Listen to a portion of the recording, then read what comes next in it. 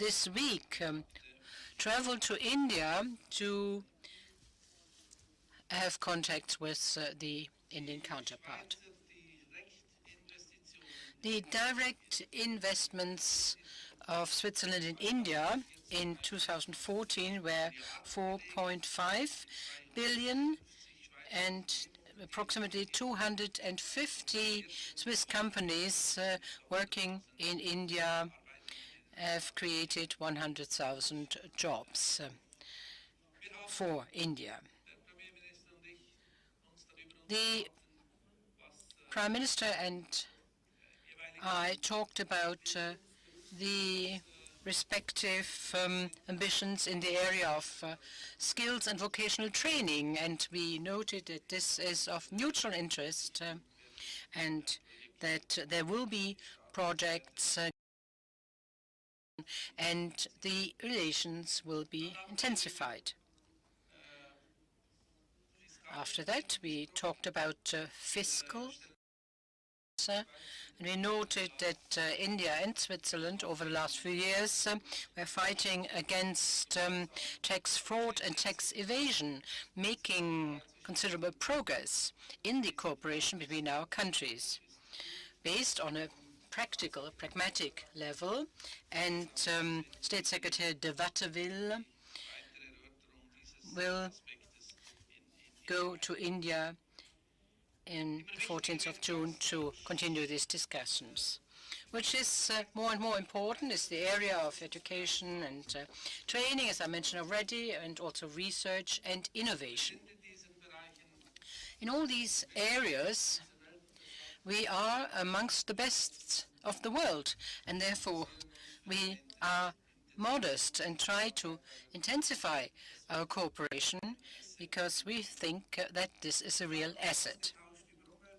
We exchanged about clean tech, energy security, clean air, and sustainable development. And on the part of the Indians, another theme was the application of becoming a member of the Nuclear Suppliers Group, which the Prime Minister will certainly mention. In this context, Switzerland welcomes, of course, an Indian contribution to the non-proliferation of nuclear arms in this world.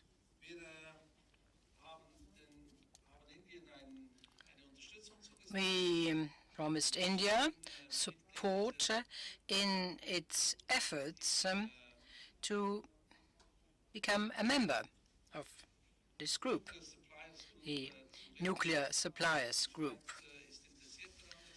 Switzerland is interested in having India as a member, and the process has started, and we will certainly share and contribute actively.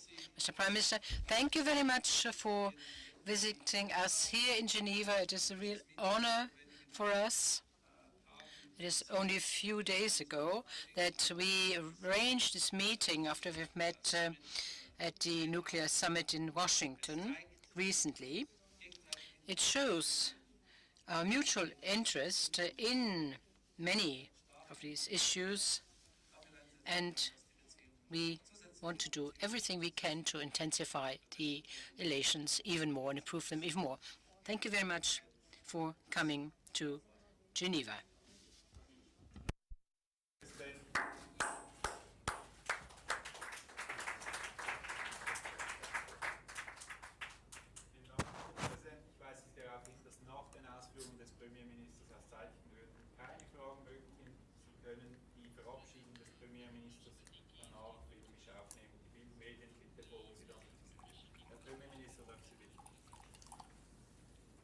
Your Excellency, President Johan Schneider-Ammann, friends,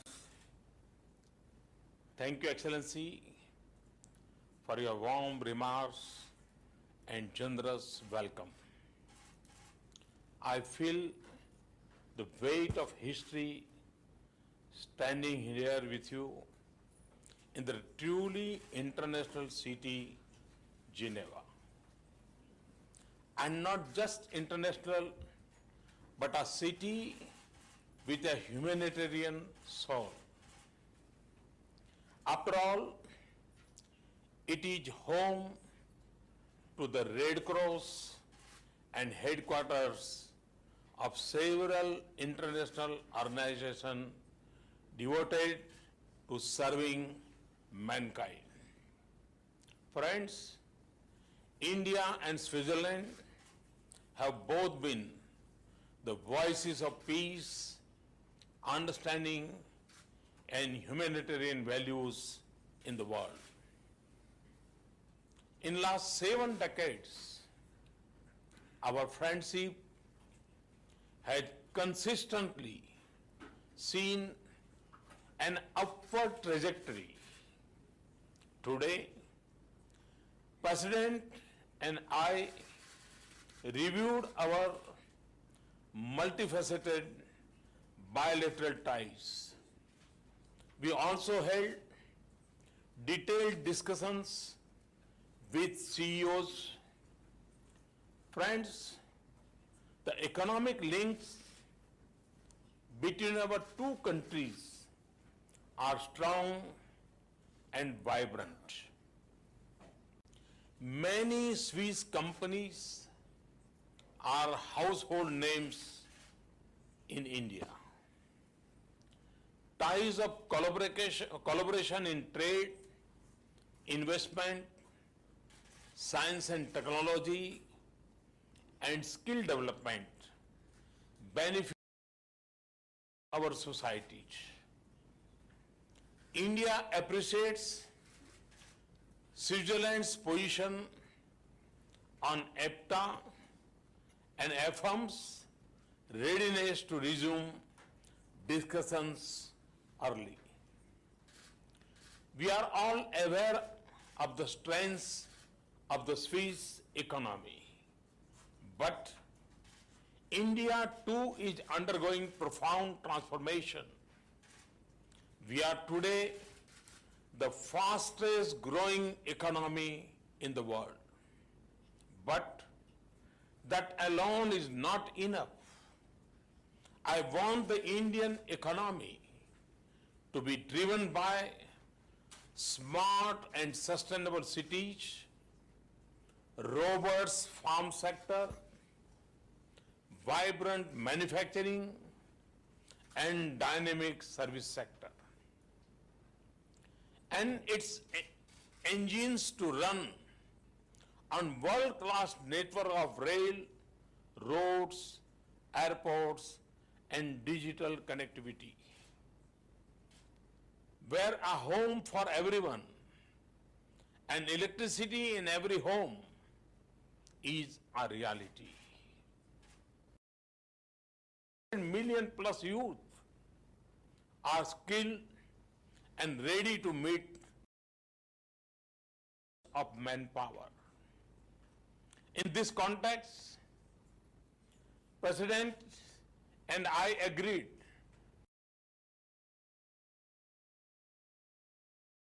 vocational educational training system suited for India's needs.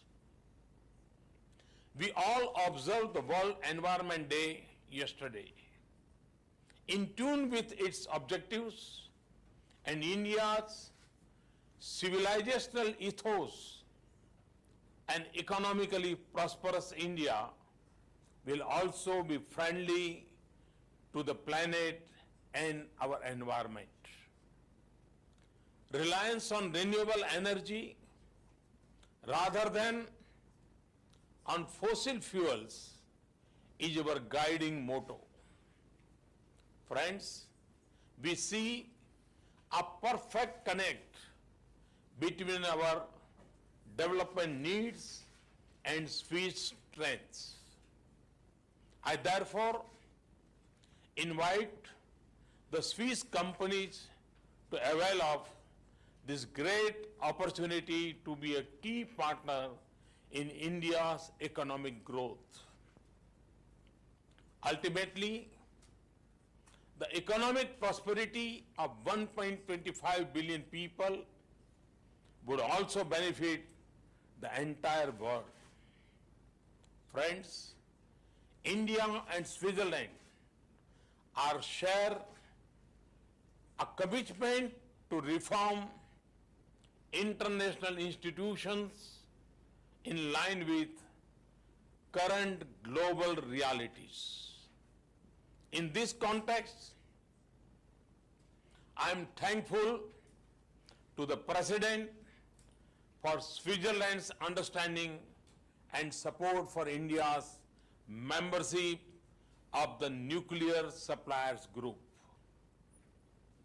Combating the menace of black money and tax evasion is also our shared priority.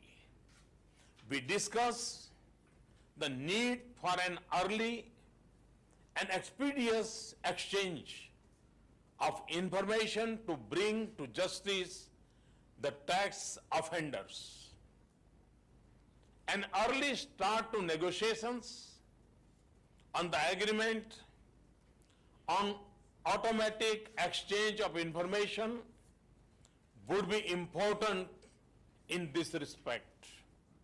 Friends, strong ties between the people of our two countries are an important base and benchmark of our linkages. Thanks to the Indian film industry, we are very familiar with the enchanting beauty of the Swiss landscapes. But we are also keen to welcome larger number of Swiss visitors to India. For this, we have opened the facility of e-tourist visa for Swiss nationals earlier this year. Friends, there are many success stories of our relationship, and that has been making waves in the grand slams of the tennis world is the partnership of our famous Swiss player Martina Hingis with Sania Mirza and Leander Paes of India.